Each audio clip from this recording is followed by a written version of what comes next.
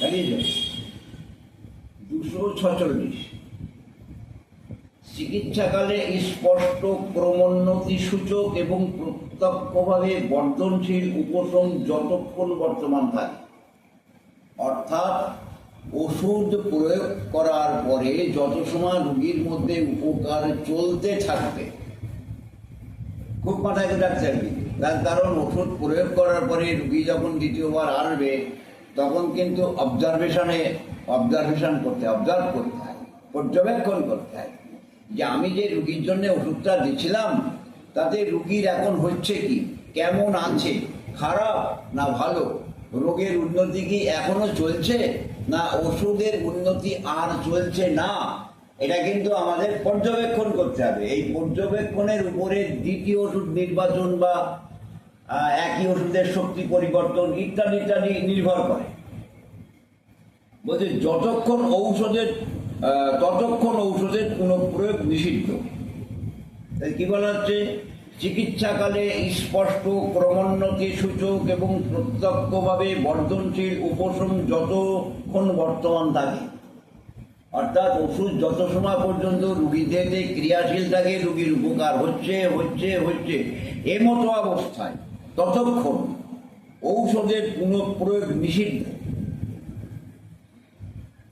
করলে কি হয়, এই অবস্থায় ওষুধ প্রয়োগ করলে কি হয়, বলা হচ্ছে কারণ উপযুক্ত ঔষধ যাহা কিছু মঙ্গল করিতেছে তাহা দ্রুত বেগে পূর্ণতার দিকে অগ্রসর হইতেছে। ওষুধ প্রয়োগ করার পরে যা ভালো সেই দিকে ক্রমান্বয়ে কিন্তু কাজ চলছে।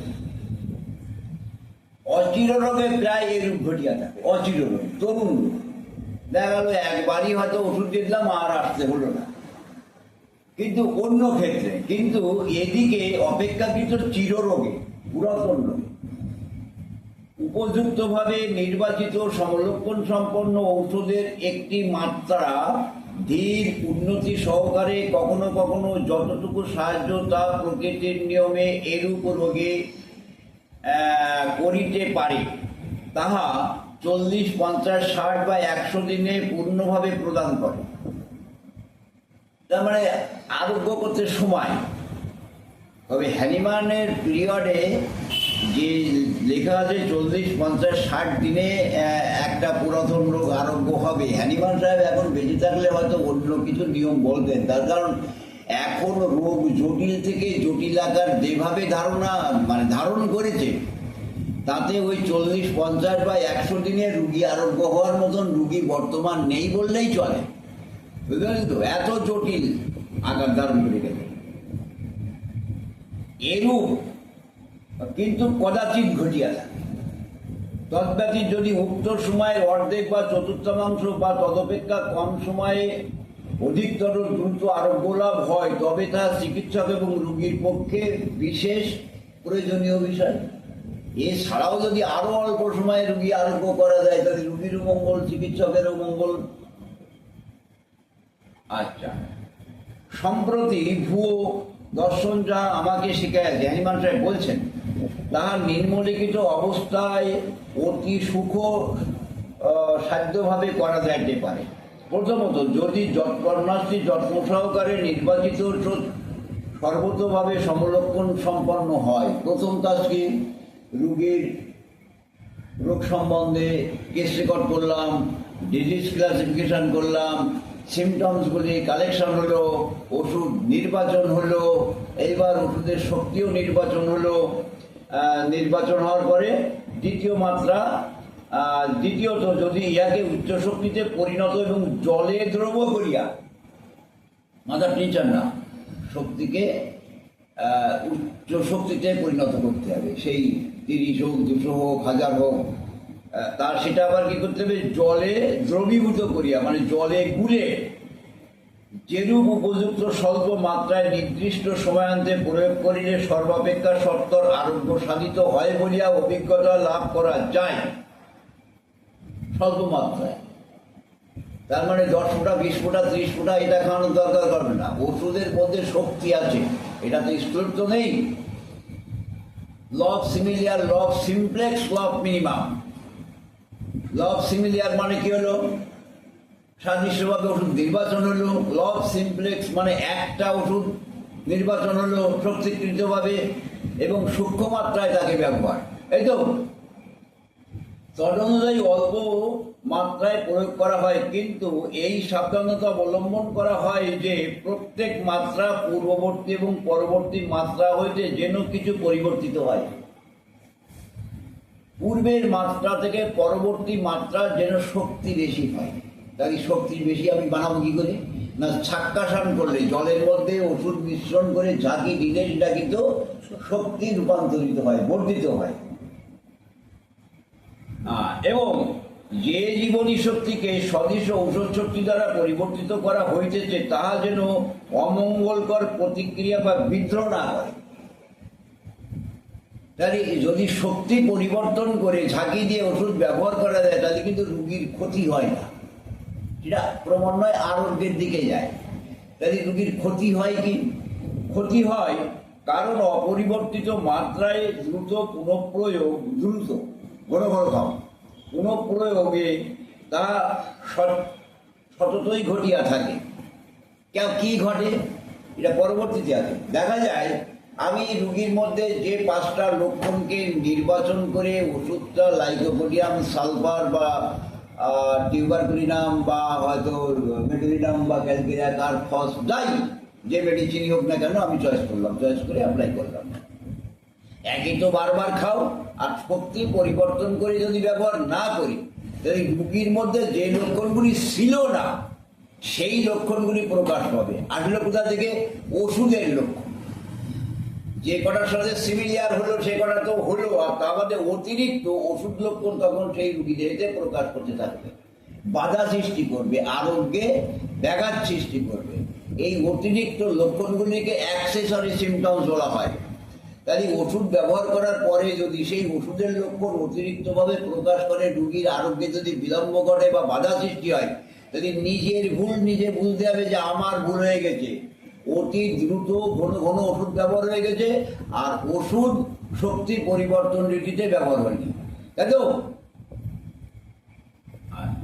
248 রোগের আরোগ্য যাতে বিলম্ব না হয় এই উদ্দেশ্যে অল্পক্ষণ পরে পরে পুনঃপ্রয়োগের কথা তো দূরে থাক, অপরিবর্তিত মাত্রায় ঔষধ একবার মাত্র পুনঃপ্রয়োগ করার অসম্ভব, একবারও করা যাবে না।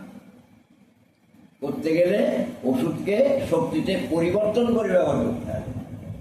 তাই এবার গ্লোবিলসের মধ্যে, শিশির মধ্যে গ্লোবিলস ভরে লাইকোপোডিয়াম সালফার একবারে ভরে দিয়ে রুগীকে যদি ভরে দিয়ে খাও তাহলে সে জন্মের মূর্খ ডাক্তার, যে চিকিৎসা বিজ্ঞান বিষয়ক কিছুই জানে না। এটা তো আমরা বুঝতে পারলাম, ওর কারণ সে জীবনেও পড়ি। এর কাছে রুগী দেখাতে যাওয়া শব্দের অর্থ ন্যাচারাল ডিজিজ তো একটা আছে তার, আর তার সাথে সাথে আর্টিফিশিয়াল ডিজিজ আর একটা তৈরি হয়ে যাবে, তৈরি একটা জটিল আকার ধারণ করবে। সেটা হোমিওপ্যাথির কাছেও। হোমিওপ্যাথি বলে এই নয় যে একটা শিশির থেকে বের করে একটা ওষুধ দিয়ে দিলাম, শিশির ধরে খাও, ওটা হোমিওপ্যাথি হচ্ছে না। হোমিওপ্যাথি তখন হবে হোমিওপ্যাথির নিয়ম মেনটেন করে ওষুধগুলি ব্যবহার করাকেই হোমিওপ্যাথি হবে। এইবার বোঝা হচ্ছে কারণ জীবনী শক্তি এইরূপ অপরিবর্তিত মাত্রা বিনা বাধায় গ্রহণ করে না। জীবনী শক্তি অপরিবর্তিত মাত্রায় একই শক্তি ওষুধ বারবার গ্রহণ করে না। রোগের সদৃশ্য লক্ষণ ব্যতীত, যে সদৃশ্য লক্ষণগুলির উপরে নির্ভর করে ওষুধ দেওয়া যায় সেগুলি ব্যতীত, এছাড়াও ঔষধের অন্যান্য লক্ষণগুলি প্রকাশিত হয়, যেটা আমি একটু আগে বললাম, ওষুধের লক্ষণ প্রকাশিত হবে। কারণ পূর্ববর্তী মাত্রা জীবনী শক্তিকে আকাঙ্ক্ষিত পরিবর্তন ইতপূর্বেই সম্পন্ন করায়। যেগুলি তার করার দরকার ছিল সেগুলি তো করছে, তাহলে এবার বারবার ব্যবহার করলে কি হবে? আরও অপরিবর্তিত মাত্রায় শক্তি হিসাবে তাহারাই সম্পূর্ণ সদৃশ্য অপরিবর্তিত মাত্রার জীবনী শক্তির পূর্বের অবস্থাসমূহ আর দেখে না, আর তো লক্ষণ পায় না, তাহলে সেই অবস্থাগুলি আর দেখে না। দেখবে তো ওষুধ, দেখবে তো, তা পাচ্ছে না তো, রুগীর মধ্যে সেই লক্ষণগুলি তো আর নেই, তাহলে কী করবে? তখন নিজের লক্ষণগুলি ওষুধ প্রয়োগ করবে, প্রকাশ করবে, জীবন শক্তি সেইগুলি প্রকাশ করতে থাকবে। অপরিবর্তিত মাত্রায় ঔষধ আরও ব্যবহার করিলে রোগী অন্য প্রকারের বাস্তবিকই পূর্বাপেক্ষা অধিকতর অসুস্থ হইতে থাকে। তাহলে কি হচ্ছে, যদি আরো প্রয়োগ করা হয় এই অপরিবর্তিত মাত্রা এবং পুনঃ যদি আরো প্রয়োগ করা হয়, তাহলে কি হবে, রোগী পূর্বাপেক্ষা অধিকতর অসুস্থ হয়ে পড়বে আর রোগ জটিল আকার ধারণ করবে। কারণ প্রযুক্ত ঔষধের যে সকল লক্ষণ প্রাথমিক রোগ লক্ষণের সদৃশ্য নয়, রোগীর রোগ লক্ষণের সাথে সদৃশ্য নয়, সেই সমস্ত লক্ষণগুলি কেবল তাহারাই ক্রিয়মান থাকে। সুতরাং আরোগ্যের দিকে কোনো অগ্রগতি হয় না। তখন নতুন লক্ষণ প্রকাশ করতে থাকবে, আরোগ্যের দিকে আর রোগী যাবে না, বরং রোগীর অবস্থার প্রকৃতই অপচয় ঘটিবে, রোগী খারাপের দিকে পৌঁছে যাবে। ওই জন্য গুণী লোকরা বলে যে মরতে যদি হয়তো জাত বৈদ্যর হাতে ওষুধ খেয়ে মরবো, আঙাড়ির হাতে ওষুধ খেয়ে মরবো না। বুঝা গেল? আচ্ছা, এইবার কিন্তু যদি পরবর্তী মাত্রাগুলি অল্প অল্প পরিবর্তিত হয়, অর্থাৎ কিছু কিছু উচ্চতর শক্তিতে পরিণত হয়, তবে জীবনী শক্তি সেই ঔষধ দ্বারা সহজেই পরিবর্তিত হয় এবং এই রূপে আরোগ্য অপেক্ষাকৃত নিকটে আনিত হয়। যদি শক্তি প্রয়োজন অনুসারে আর লাগবে কিনা, যদি দেখা যায় রোগ লক্ষণ উপকারটা থেমে গেছে, এমতো অবস্থায় যদি আবার ওষুধ সেই ওষুধই প্রয়োগ করার প্রয়োজন হয়, তাহলে ওষুধটাকে যদি আরো শক্তিকৃতভাবে প্রয়োগ করা যায়, তাহলে আরোগ্যটা আরো অল্পতর সময়ের মধ্যে হবে। বুঝা গেল? তাহলে একেটা পুনঃ প্রয়োগ করা যাবে না, আর অপরিবর্তিত মাত্রায় ওষুধ প্রয়োগ করা যাবে না অপরিবর্তিত শক্তিতে। খেয়াল রাখতে হবে, যে কোনোভাবে ওষুধ প্রস্তুত করতে গেলে প্রস্তুত ফর্মুলায় ওষুধটা প্রস্তুত করে তবে প্রয়োগ করতে হবে। 248 আরো একটু বড় করে আছে, তাহলে 248টা আমি পরের এপিসোডে বলবো। এই পর্যন্ত 247 পর্যন্ত থাক।